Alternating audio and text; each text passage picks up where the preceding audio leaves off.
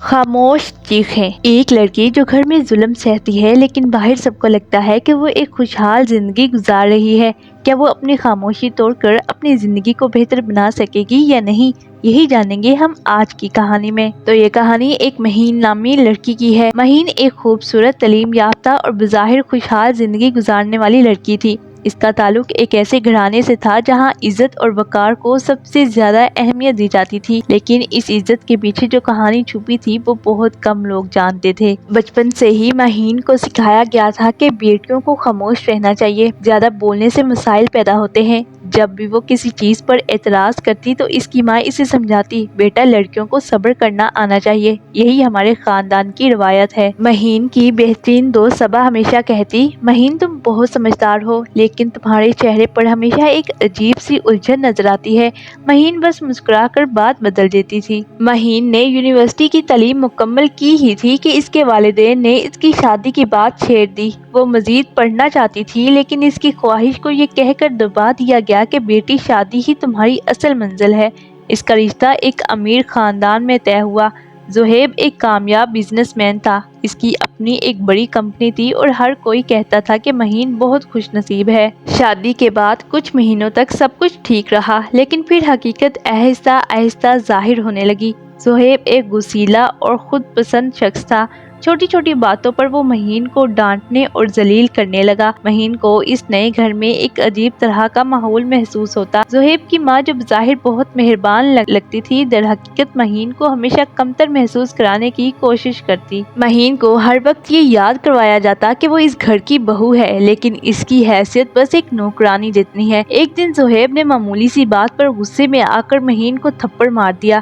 مہین صدمے میں تھی، لیکن اسے فوراً اپنی ماں کی بات یاد آ گئی، بیٹا صبر کرو، عورت کا اصل زیور صبر ہی ہے۔ مہین نے کسی سے کچھ نہیں کہا، وہ اپنی تکلیف کو چھپا کر ایک خوشحال بیوی کا کردار نبھاتی رہی۔ وقت کے ساتھ ساتھ زہیب کا رویہ مزید خراب ہونے لگا۔ کبھی وہ مہین کو بے عزت کرتا اور کبھی اس پر الزامات لگاتا کہ وہ ایک اچھی بیوی نہیں ہے۔ ایک دن جب مہین نے اس کی کسی الزام کا جواب دینے کی کوشش کی تو زہیب نے اسے دھکا دے کر فرش پر گرا دیا۔ وہ لمحہ تھا جب مہین کو احساس ہوا کہ اس کی صبر کا امتحان کب کا ختم ہو چکا ہے۔ مہین نے پہلی بار اپنے حق میں آواز اٹھانے کا فیصلہ کیا۔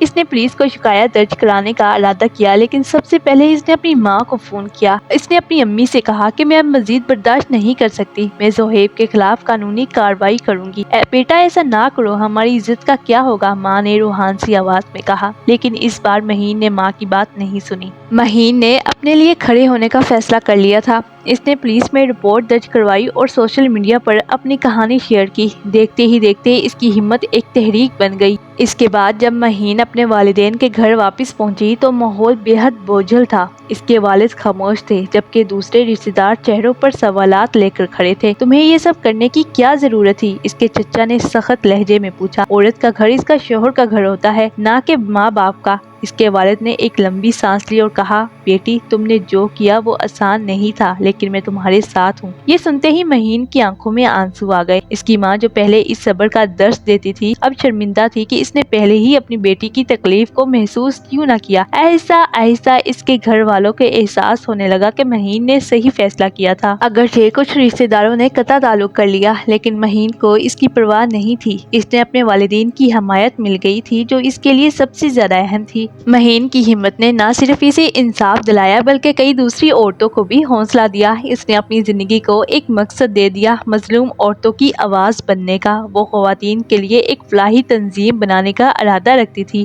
جہاں وہ ایسی عورتوں کی مدد کرے جو ظلم سہنے پر مجبور ہیں۔ اس نے مختلف قانونی ماہرین سے رابطہ کیا اور کئی ورکشاپس کا آغاز کیا تاکہ خواتین کو ان کے حقوق سے آگاہ کیا جا سکے۔ کچھ سالوں بعد مہین کی کوششوں کی بدولت کئی خواتین نے اپنے حق میں آواز اٹھانا شروع کر دی، اور جب زہیب کو معلوم ہوا کہ مہین نے اس کے خلاف قانونی کارروائی کر لی ہے تو وہ گھبرا گیا۔ کچھ ہفتوں بعد وہ مہین کے والدین کے گھر آیا۔ مہین مجھے معاف کر دو، میں نے غلطی کی، لیکن میں تمہارے بغیر نہیں رہ سکتا، زہیب نے ندامت سے کہا۔ مہین نے ایک گہری سانس لی اور کہا، تم نے مجھے اس وقت توڑا تھا جب مجھے تمہاری محبت اور عزت کی سب سے زیادہ ضرورت تھی، اور اب میں پیچھے نہیں ہٹوں گی۔ میں نے اپنی زندگی دوبارہ بنائی ہے اور اس میں تمہارے لیے کوئی جگہ نہیں ہے۔ زہیب خالی نظروں سے اسے دیکھتا رہا، لیکن مہین نے دروازہ بند کر دیا۔ اس نے فیصلہ کر لیا تھا کہ وہ اپنی زندگی میں کسی زبردستی کو قبول نہیں کرے گی۔ مہین نے اپنی زندگی کو ایک نئے مقصد کے ساتھ آگے بڑھایا۔ وہ خواتین کے حقوق کے لیے سرگرم رہی اور اپنی تنظیم کو مزید پھیلانے لگی۔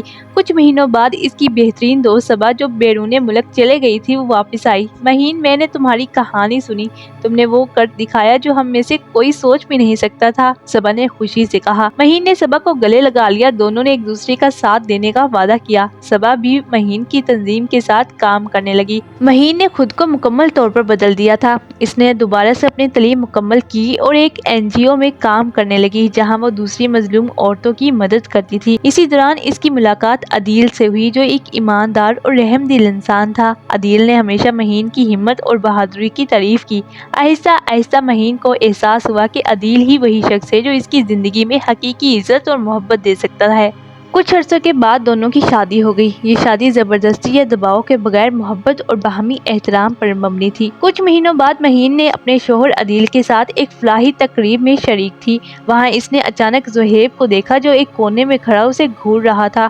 اس کی نظریں شکست خوردہ اور حسرت بھری تھی۔ مہین نے ایک لمحے کے لیے اس کی طرف دیکھا، پھر اپنی مسکراہٹ کے ساتھ عدیل کا ہاتھ تھام لیا۔ زہیب چند لمحے دیکھتا رہا، پھر خاموشی سے پلٹ کر چلا گیا۔ یہ وہ لمحہ تھا جب مہین کو احساس ہوا کہ اس کی زندگی میں زہیب کا باب ہمیشہ کے لیے بند ہو چکا ہے۔ مہین نے آخرکار اپنی منزل پا لی تھی۔ نہ صرف وہ ایک نئی زندگی شروع کر چکی تھی بلکہ وہ کئی دوسری عورتوں کے لیے بھی امید کی کرن بن چکی تھی۔